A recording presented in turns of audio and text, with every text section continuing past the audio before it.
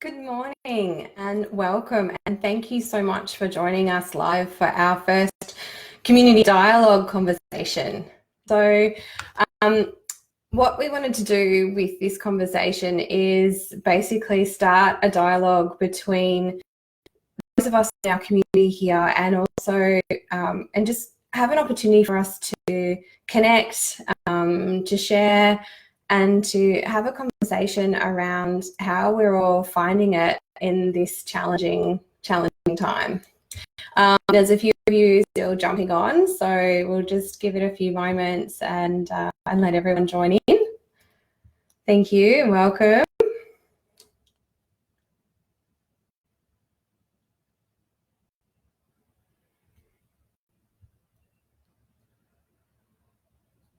Got Atlanta joining us this morning. Good morning. How are you doing?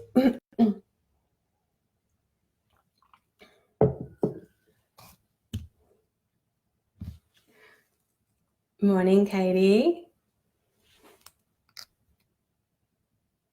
Hi. We've got a few more people joining us over on Instagram as well. So what we decided to do this morning for the first one is to go live on Instagram as well, just to give more people opportunity to see what we were chatting about and hopefully come over and join us in the Facebook group and join that conversation. It's been some really interesting topics covered there so far, and it's been a great place to start sharing. Hi, everybody. There's a few more people jumping in, a few more waves. Hello, everybody. Nice to see you. Good morning, Katie.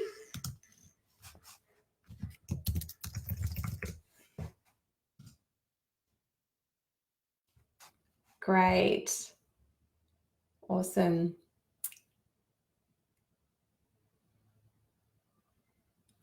All right, well, we might jump into it now. We've got a few of you online here this morning. Again, thank you for joining us. And as I said, this is our first Facebook Live, so please excuse us for any technical challenges or faux pas that might happen along the way. We're trying something new here. So as I said, we started the community dialogue as a way for us to connect and to start a two-way conversation. We noticed that there's a lot of content being pushed out across various social media channels, but very little opportunity for us to actually engage in that conversation and have a two-way conversation around what people are experiencing, and then also to be able to share that knowledge around how we're actually connecting with each other and how we're working together to solve some of these challenges. And so the first one that I wanted to dive into this morning is around how we're maintaining our culture connections in this distributed workforce now. And this is something that I see a lot of us have been quite challenged with, in the fact that not all of us are working in the same location anymore, and we are very used to doing that.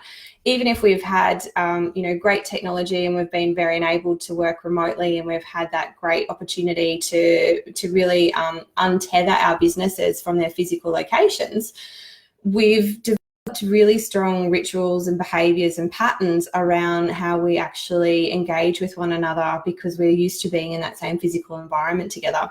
So there's been a whole raft of new challenges that have come with maintaining those conversations and maintaining those connections with each other, when we're used to doing it quite spontaneously. We're used to sitting next to our colleague in the morning going, hey, let's go grab a coffee. We can't do that at the moment because we're not actually physically sitting next to each other. So morning, Christy, welcome. What we've noticed and what I'm starting to coin now is structured serendipity. So as designers, we often talk about the fact that we influence serendipity in terms of how we create spaces and the way that we put things together so that we can encourage people to interact. We call them bump spaces, hotspots, serendipitous opportunity. So things like your cafes, your print utility zones, things that people all need to go to. We use those as opportunities to create interaction and create connection, effectively enabling people to bump into each other. When we are now distributed, we don't have those opportunities to create that serendipitous interaction. So we're now having to look at ways that we can structure that serendipity. And we've been experimenting this with our own team because we're faced with the same challenges that everybody else is right now. And some of those challenges are that we've had to go and recreate that water cooler conversation, that space where we used to just go and drop in and have a chat with somebody. The water cooler got replaced with the coffee machine, and that's become very much a central hub in terms of most of our workplaces these days. But how have we now recreated some of that stuff online? And we've been looking at different ways to do it. We've been doing lots of research, we've been lots of reading, and just sort of seeing how other people are engaging in that that office banter that we basically lost, and how we're doing that. So some of the things that we've been looking at doing is around face-to-face catch-ups. So that's one opportunity. Obviously Zoom, FaceTime, any other sorts of face-to-face opportunities that we can look at there. The other things that we've been looking at is how are we recreating that environment? So what are we doing to enable that conversation to happen in different platforms and in different ways? The other thing that we're looking at is tech tools. So Slack, Teams, Messenger, all of those other platforms that are enabling us to connect and have those conversations just in a different way that we would normally. So some of the things that we've been looking at doing is just looking at how we've structured our routine. So in the mornings, we have a 15-minute huddle daily to catch up and connect. Part of that is sharing coffee together. So we've looked at doing different things around how we have structured that time. So at 9 o'clock in the morning, we'll all jump on a FaceTime call, whether you jump on from your phone or from your laptop. And then we go and we actually have our coffee, and we have it in the kitchen together, so that we're recreating that cafe moment, that morning interaction that we would normally have in the office. We've had to find new and clever ways to recreate that. So what we've done now is, and Christy's just said that's actually become one of her lifelines, because she's now had the opportunity to see us and connect with us a great deal more face to face, because every morning we're catching up, we're having a coffee, you know, how's your night? What was your Netflix binge last night? How are you traveling? And I think that's another really big conversation that we're having is, how are you? You know, making sure that everyone is okay, because we're all sitting in a very disrupted world at the moment, and that's feeling very different for so many of us. And it's quite, you know, I find it very difficult to think that we all are fine. And so I think that's a key to having that conversation, is making sure that we are engaging with people and making sure that they are coping okay, and extending that helping hand to have an ear to lend and see how they are traveling. I think that's a really important factor. So morning these are about just engaging with people on a human level. It's not about work, it's more about your personal life and how things are going and how you're feeling. And so we're conscious of that. And then what we're also doing is using that time then to have our huddle. So we're changing up our technology in that space too. So we're not constantly to our laptops, we're using our phones, we're using other ways of having that visual connection, but do encourage everybody to have their video on as well, because having that face-to-face interaction whilst we're not there in person, being able to see somebody, you can read body language, you can see facial expressions, you can engage with them on a different level as opposed to when you're just having a voice call. So I encourage people to jump on and use their video as well. We then use our daily huddle to look at what are our priorities for the day. So, you know, what are we going to achieve? What are we going to be focused on?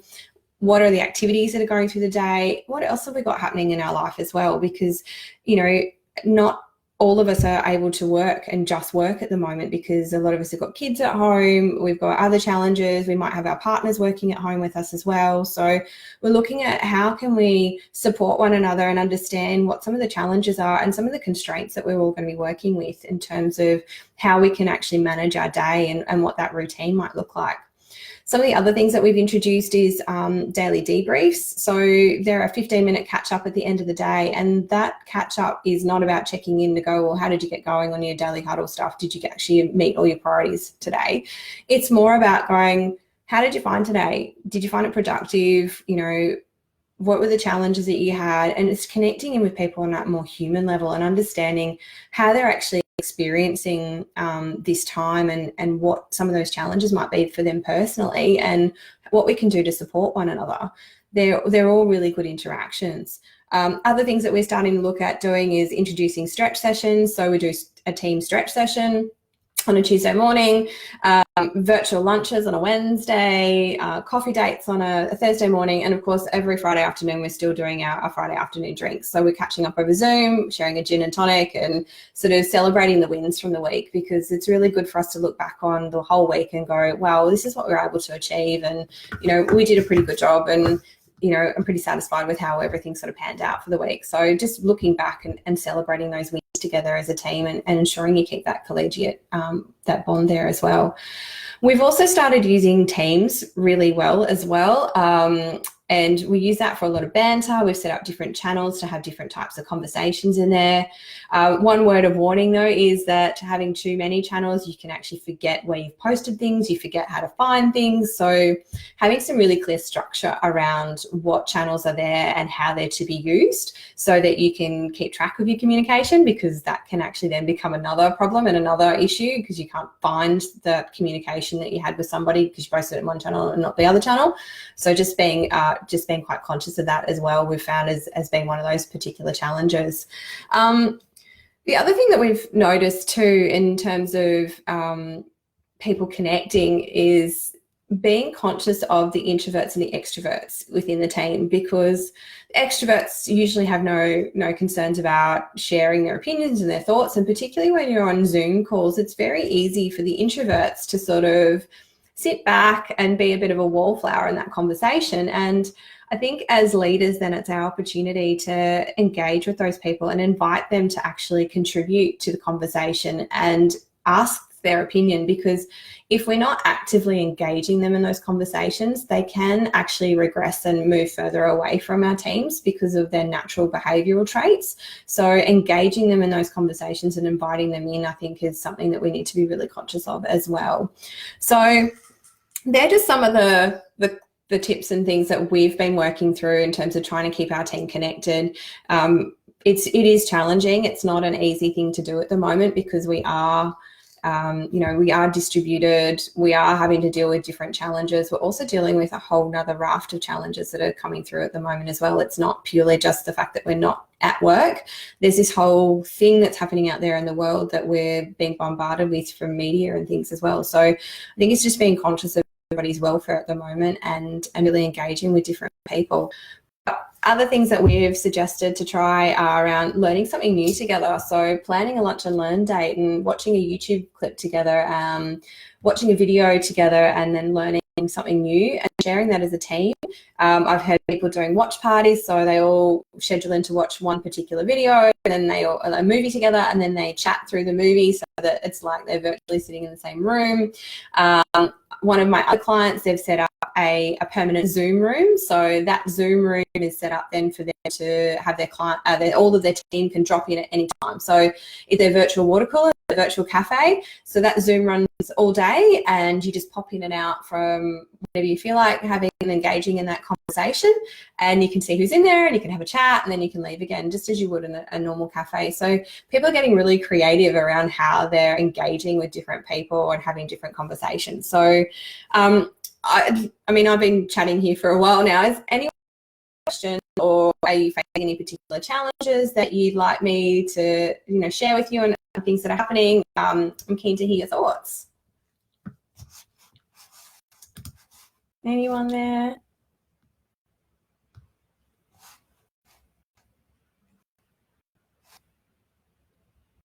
Cool, guys.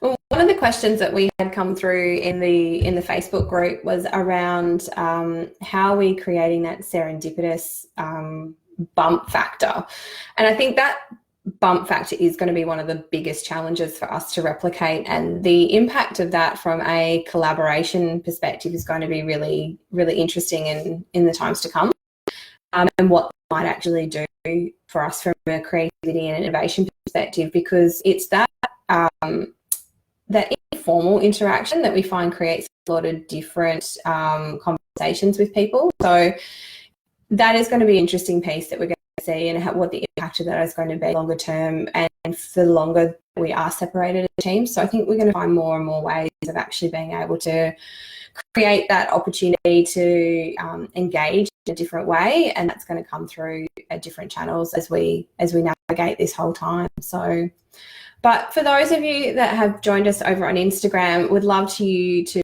over on Facebook, join the conversation, participate in the group, post your challenges, share your thoughts and some of your experiences and the things that you're doing to help engage with your new way of working. But I thank everyone for joining us today, and I look forward to joining you again next week, and we'll continue the conversation. Thanks.